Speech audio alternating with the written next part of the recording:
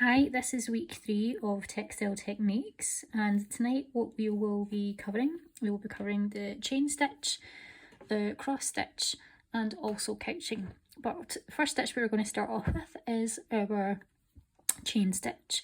So you've got your embroidery hoop, I've got my thread all ready to go, and how you start off the chain stitch is you're just going to come up under the hoop and pull through.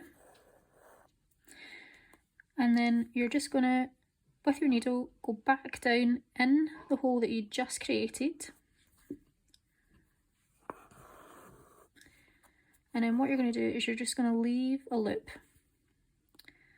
And then you can just hold this bit here with your hand, like so.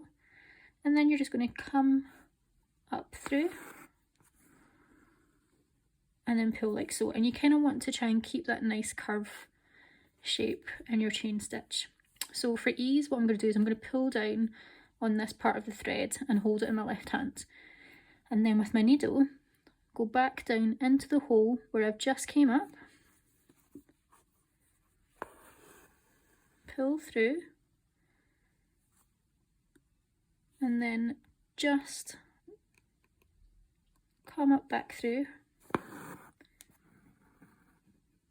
and pull.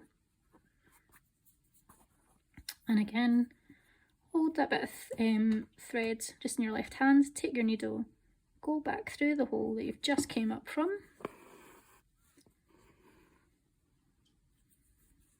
and leave a little loop. You're going to come up through, so you're going through the loop, and then just pull it. So you're kind of getting that nice curve shape. And again, just back through the hole that you've just came up from, leave a loop, come up through,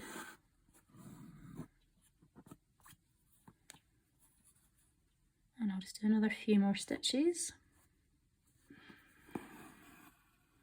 And the nice thing about the chain stitch is a lot of people tend to use it when they feel that they want to do an outline on like a motif or something, or to sort of finish off maybe edging of a stitch. Now what I'm going to do is you can try and keep them quite consistent in size, but you also can make them bigger as well. So just for the purpose of the class, I'll just come back through the hole I've just created, and I'm going to do a bigger stitch. I'm going to come out quite a bit and then just get my loop. And you can see that you can create quite a nice large stitch there as well. Again, just back through the hole that you came up. I'm going to do a large stitch, so you're making sure your needle is coming through that loop. And that is how you do your chain stitch. So I'm going to do one more and I can show you how to finish that off. So again, you're just creating your loop, making sure that your needle is coming through that loop that you've created,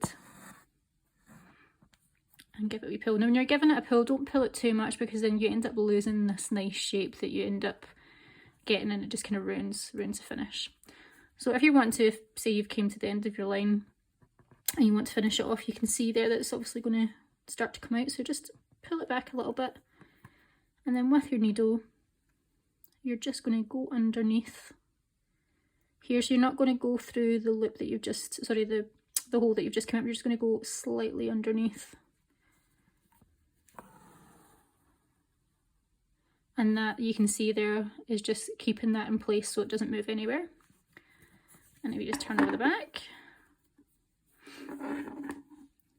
you can then just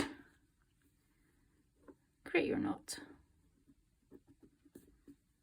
So it definitely doesn't go anywhere. I'm just going to cut that off. And then that is how you do your chain stitch. So I've got a few other examples here. So these were just other ones that I created just to sort of try out different thicknesses of thread again, and also just with a pencil just drew different types of shapes. The good thing about the chain stitch is that you can create curves and it's sort of really nice lines with it as well. So I've done some just, you know, in a straight line, tried out a different colour just to test it out, also just tried out different thicknesses, and then just with a pencil just drew it onto the fabric and then just try to follow that line.